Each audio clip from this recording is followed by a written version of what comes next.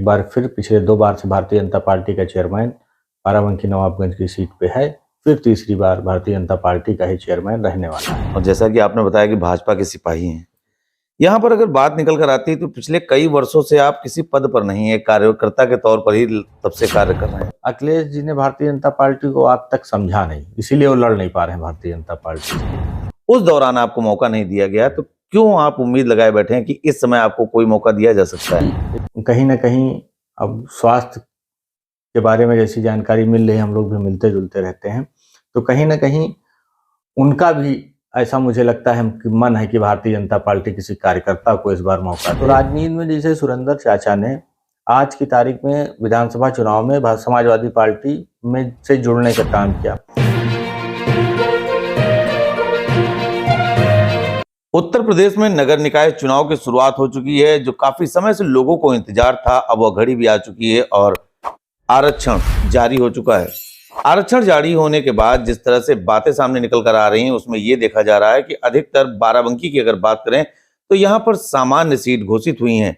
अगर बात करें, अगर इन सीटों को पिछड़ा वर्ग आरक्षित कर दिया जाता तो सामान्य सीट के लिए जो दावेदारी प्रस्तुत कर रहे थे वो कहीं ना कहीं निरर्थक साबित हो जाते। लेकिन अभी जो ओबीसी वर्ग है उसके लिए एक कहीं ना कहीं उम्मीद की किरण दिखाई पड़ रही है, क्योंकि वह सामान्य सीट पर जाकर चुनाव लड़ सकते हैं। भारतीय जनता पार्टी ने नगर पालिका की चर्चित नवाबगंज सीट को अगर दावेदार की बात करें तो अभी इस पर दावेदार कोई स्पष्ट नहीं हो पाया। लेकिन आम जन चर्चाओं की अगर बात करें तो यही लग रहा है कि वह किसी पुराने प्रत्याशी अथवा एक नए विकल्प की भी तलाश कर सकती है। विकल्पों की तलाश में द कैमरा 1999 के कैमरे की नजर पड़ी हर्षित वर्मा पर। हर्षित वर्मा बाराबंकी से भारतीय जनता पार्टी के बड़े नेता के रूप में जाने जाते हैं। हर्षित जी, बहुत बहुत स्वागत है आपका। बहुत नमस्कार नितेश जी। आज आरक्षण जारी हो गया है। जी जी। सीट सामान्य हो गई है, सुगबुगाहट बड़ी लंबी। आपके पोस्टर भी शहर में धमाल मचाए हुए हैं। क्या तैयारी है? तैयारी, हम लोग भारतीय जनता पार्टी के सिपाही हैं। पिछले 15-17 वर्षों से विद्यार्थी काल से भारतीय जनता पार्टी में, इससे पहले संघ में हम लोग काम कर रहे हैं लगातार। तो एक कार्यकर्ता होने के नाते कार्यकर्ताओं को ही पार्टी ज़्यादातर मौके देती है। इसी लिहाज से हम लोग, मेरी जो व्यक्तिगत इच्छा है, मेरी व्यक्तिगत क्या इच्छा, साथ के सब कार्यकर्ताओं की इच्छा है और कहीं ना कहीं पार्टी की भी इच्छा है, तभी हम मैदान में आए हैं। इस बार नगर पालिका बाराबंकी में मुझे उम्मीद है, पार्टी भी ऐसा चाह रही मेरी नज़र में। ये क्या होगा, ये सामने आने वाले कुछ दिनों में पता चलेगा। इसलिए हम लोग मैदान में हैं और जिस प्रकार से बाराबंकी का आशीर्वाद हमेशा से मिला है और जैसा दिख रहा है कि चुनाव में मिलने वाला है, इसलिए हम लोग चुनाव मैदान में हैं कि एक बार फिर पिछले 2 बार से भारतीय जनता पार्टी का चेयरमैन बाराबंकी नवाबगंज की सीट पे है, फिर तीसरी बार भारतीय जनता पार्टी का ही चेयरमैन रहने वाला है। एक महत्वपूर्ण बात आपने की कार्यकर्ताओं की जी। और जैसा कि आपने बताया कि भाजपा के सिपाही हैं, यहाँ पर अगर बात निकल कर आती है तो पिछले कई वर्षों से आप किसी पद पर नहीं है, कार्यकर्ता के तौर पर ही तब से कार्य कर रहे हैं। जी। इस बार फिर आप सुगबुगाहट है। बात करें स्वतंत्र देव जी से भी आपके रिश्ते काफी मजबूत माने गए, काफी प्रगाढ़ रिश्ते माने गए। जब उनके समय में आप विधानसभा के लिए काफी तैयारी कर रहे थे, उस दौरान आपको मौका नहीं दिया गया, तो क्यों आप उम्मीद लगाए बैठे हैं कि इस समय आपको कोई मौका दिया जा सकता है? देखिए, मुझे लगता है भारतीय जनता पार्टी किसी व्यक्ति की पहली बार पार्टी नहीं है, ये तमाम कार्यकर्ताओं के एक समूह की पार्टी है। तो कहीं ना कहीं आज किसी और को मौका मिला है, कल किसी और को मौका मिलेगा, तो कहीं ना कहीं लगातार कार्यकर्ताओं को ही मौका मिलता रहा है मैक्सिमम। और कई बार चीज़ें ऐसी फंस जाती हैं कि कहीं ना कहीं राजनीतिक कारणों से कार्यकर्ताओं से इतर हटके भी लोगों को लड़ाना पड़ता है। तो कहीं ना कहीं पार्टी की कहीं मजबूरी रही होगी या हमसे कहीं सीनियर कार्यकर्ता नेता रहा होगा, इसलिए पार्टी ने उनको मौका दिया, बनाया, लड़ाया। और मुझे पूरा विश्वास है, इसीलिए हम 15-17 सालों से मेरी यही विचारधारा रही, इसलिए हम स्वयं भारतीय जनता पार्टी का काम कर रहे हैं।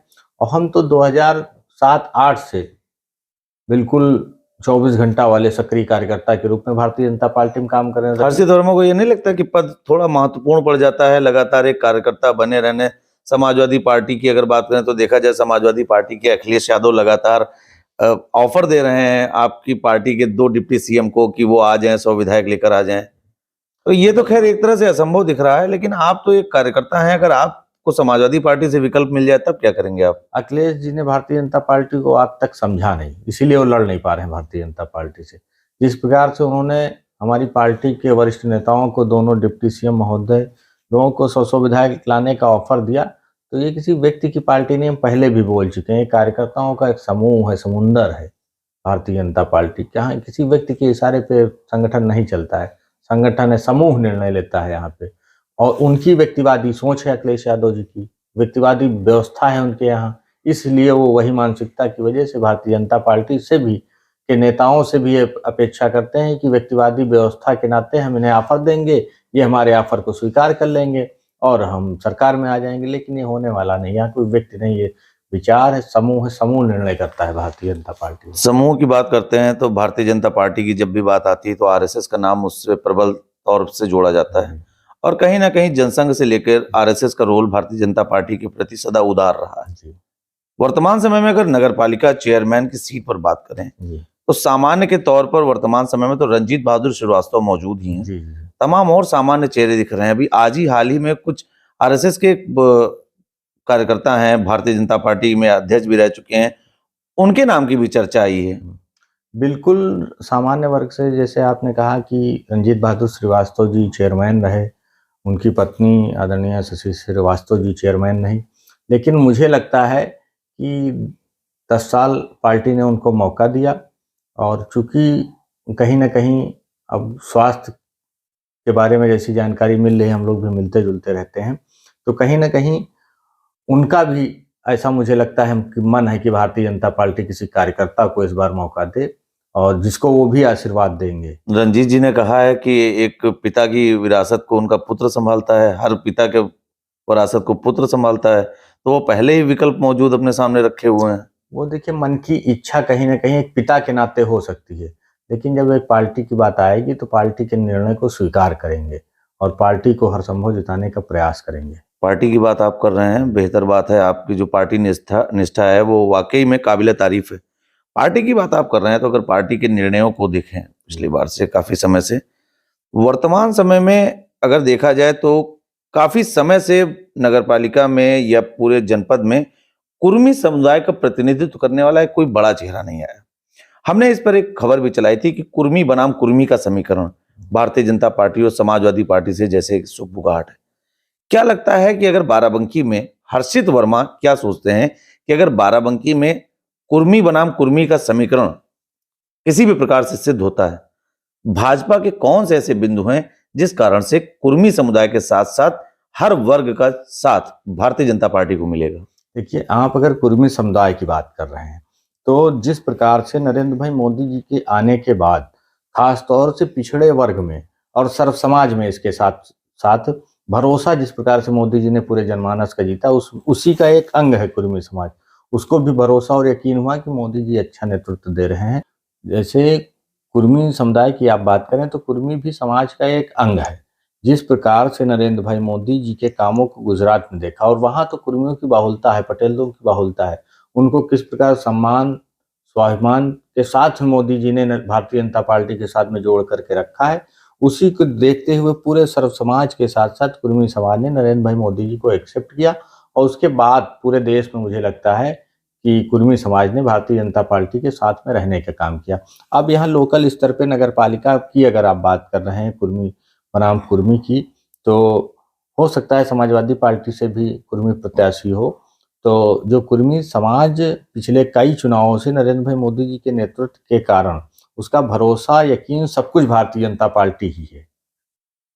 और जब साथ में नरसिंह जी, यहाँ पर हम आपको रोकेंगे। अगर बाराबंकी की बात करें, कुर्मी समुदाय के लिए अगर बात करें तो सुरेंद्र वर्मा का नाम समाजवादी पार्टी ने प्रमुखता से लिया है। आपका नाम अभी पार्टी स्तर से चर्चाओं पर नहीं है, आपके कार्यकर्ता आपके नाम को चर्चाओं में लाए हुए हैं। बात करें तो जनपद बाराबंकी स्वर्गीय बेनी प्रसाद बाबू जी के बारे कारण काफी ज्यादा जानी जाती है। हर्षित वर्मा को व्यक्तिगत तौर पर क्या लगता है कि बेनी बाबू का विकल्प बाराबंकी में कौन बन सकता है? क्या अन्य राजनीतिक दल चाहते हैं कि बेनी बाबू का कोई विकल्प बाराबंकी से तैयार ना हो? कहीं ना कहीं ऐसा लगता है, चाहे भारतीय जनता पार्टी हो चाहे समाजवादी पार्टी हो, वो ये चाहती नहीं है कि बेनी बाबू का दूसरा विकल्प या वर्चस्व कुर्मी समुदाय का सामने आए, क्योंकि विधानसभा चुनाव में भी हमने देखा तमाम ऐसी बातें आई जिससे कहीं ना कहीं ये लगता है कि कुर्मी समाज के साथ जो एक सौतेला व्यवहार है वो भारतीय जनता पार्टी से दिखाई पड़ रहा है। नहीं, भारतीय जनता पार्टी से कतई सौतेला व्यवहार नहीं है। भारतीय जनता पार्टी ने इस बार भी कुर्सी में माननीय साकेत वर्मा जी को टिकट दिया और दूसरी बार एमएलए भी हैं।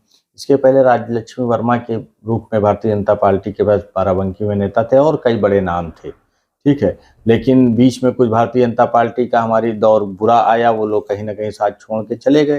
तो एक भरोसा और विश्वास की भी बात होती है। और रही बात बाबूजी की, तो बाबूजी की वजह से बाराबंकी का नाम देश में जाना गया। उन्होंने काम किया है बाराबंकी में, और तो उनकी तुलना तो किसी से की ही नहीं जा सकती है। और उनकी तुलना क्या, उनके चरणों के धूल के बराबर आज की तारीख में बाराबंकी में कहीं कोई नहीं है। और वैसा बनने के लिए कहीं ना कहीं एक लंबे समय की जरूरत होती है, एक सोच की जरूरत होती है जो सर्व समाज को साथ में हर्षित लेके वर्मा चल अपने पाए। आप को कहाँ देखते हैं? क्या वो बेनी हम प्रसाद तो एक वर्मा जी बात की चरणों की धूल बन सकते हैं?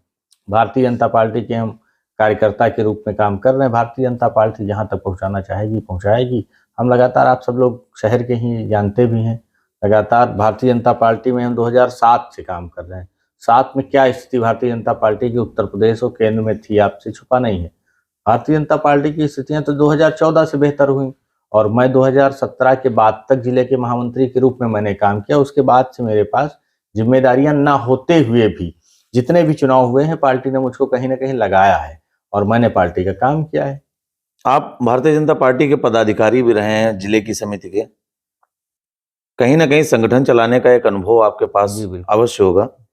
जिस तरह से बाराबंकी में पोस्टर और बैनरों की बयार आई है, खासकर भारतीय जनता पार्टी से, ये वैसे तो काफी प्रासंगिक हो जाता है कि सत्ताधारी दल से काफी लोग आते हैं और लोकतंत्र है, अभिव्यक्ति की आजादी है, हर कोई सामने आ सकता है, इसके लिए वो बिल्कुल सामने आने के लिए तैयार बैठा है। और सामने तरह से एक जो इसका सबसे बड़ा एक निकल कर आता है एंगल, क्या ये नहीं लगता है कि वर्तमान समय में जिस प्रकार से आवेदन आ रहे हैं, एक अनार 100 बीमार की स्थिति है, ऐसा नहीं लगता है पार्टी में कहीं ना कहीं गुटबाजी है? जितने धड़े हैं उतने चेहरे सामने हैं। नहीं, पार्टी में गुटबाजी की बात नहीं। देखिए, भारतीय जनता पार्टी में है क्या, जब तक पार्टी टिकट डिक्लेयर नहीं करती, तमाम लोग, आपने विधानसभा के चुनाव में देखा होगा, एक एक सीट से 50-50, 70-70 लोग टिकट मांग रहे थे। लेकिन पार्टी ने एक विधानसभा से एक व्यक्ति को टिकट देने का काम किया। उस व्यक्ति के पीछे भारतीय जनता पार्टी और संगठन के पीछे हर व्यक्ति लग गया और भारतीय जनता पार्टी को जिताने का प्रयास किया और भारतीय जनता पार्टी जीती, हमारी सरकार बनी। कितना आश्वस्त हैं कि भारतीय जनता पार्टी यहाँ नगर पालिका से सामान्य सीट जारी करने के बाद बीजेपी के एक चेहरे को विकल्प के तौर पर प्रयोग कर सकती है? सरकार के द्वारा चुनाव आयोग के द्वारा बाराबंकी नगर पालिका परिषद नवाबगंज अनारक्षित सीट घोषित की गई है। तो इसमें सभी धर्म, सभी जात, सभी समुदाय के लोग चुनाव लड़ सकते हैं। तो हम भी उसमें प्रयासरत हैं और मुझे यकीन है कि भारतीय जनता पार्टी कार्यकर्ता के नाते मुझे इस बार मौका देने का पूरी तरीके से काम करेगी। और मैं तीसरी बार भारतीय जनता पार्टी की झोली में कार्यकर्ताओं के सहयोग से, सभी के साथ मिलजुल के, अपने वरिष्ठों के सहयोग से एक बार पुनः भारतीय जनता पार्टी बाराबंकी नगर पालिका का चुनाव जीतने का काम करेगी। हम आप ही के कार्यकर्ताओं के स्तर से अगर एक सवाल पूछें, आप ही कार्यकर्ताओं के जो मन की एक सुगबुगाहट है उसके हिसाब से पूछें, अगर भारतीय जनता पार्टी अपने इस कार्यकर्ता को इस बार वरीयता नहीं देती है, तो इस कार्यकर्ता की भविष्य की क्या तैयारियां होंगी? भविष्य की तैयारियां क्या, ये तो मौके हैं, रास्ते हैं। ठीक, हम फिर भारतीय जनता पार्टी के लिए काम करेंगे, किस प्रकार भारतीय जनता पार्टी बढ़े, हमारा परिवार बढ़ता रहे, ऐसे प्रयास हम सतत करते रहेंगे। वर्तमान समय में अगर देखा जाए तो विधानसभा के समय में हमने आपका एक इंटरव्यू लिया था। एक बात आई थी, राजनीतिक दल उस समय सुरेंद्र वर्मा जी, जो वर्तमान समय से सपा के एक चेहरे माने जा रहे हैं, हालांकि अभी अघोषित है, क्या लगता है तत्समय का जो आपका बयान था सुरेंद्र वर्मा जी के प्रति, क्या आप आज भी उस पर कायम हैं? बिल्कुल कायम है। जैसे रही बात सुरेंद्र वर्मा जी की, तो चूंकि हम लोग सबासी पास सभी लोग रहते ही हैं और समाज के नाते मैं उनको चाचा भी बोलता हूँ, ऐसी कोई समस्या नहीं है, ठीक है। लेकिन रही बात राजनीति की, तो राजनीति में जैसे सुरेंद्र चाचा ने आज की तारीख में विधानसभा चुनाव में समाजवादी पार्टी में से जुड़ने का काम किया। उसके ठीक पहले, हो सकता है आपको याद हो, निकाय चुनाव के दरमियान ही, आज से लगभग 5 साल पहले भारतीय जनता पार्टी में आए। उसके पहले बहुजन समाजवादी पार्टी में रहे, उसके पहले भारतीय जनता पार्टी में रहे, उसके पहले कांग्रेस में रहे। तो ये तो उनका सिस्टम है, उनका तरीका है राजनीति करने का। अब इस उनके सिस्टम से, उनके तरीके से, कि उनकी क्या सोच है, समाज के प्रति क्या जिम्मेदारियां हैं, क्या उत्तरदायित्व है, क्या विचारधारा है, ये तो जनता तय करेगी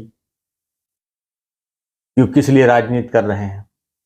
लगातार पल पल समय बदले, 6 महीने पे, साल भर पे कपड़ों की तरह दल बदलना, मुझे लगता है ये किसी व्यक्ति की विचारधारा नहीं हो सकती। ये क्या है, ये जनता जानती है, तय उसको करना है कौन क्या है। तमाम अवसरवादी लोग वर्तमान समय में भारतीय जनता पार्टी के दरवाजे पर खटखटाहट की आवाज लगा रहे हैं, लगातार कुंडी खटखटा रहे हैं।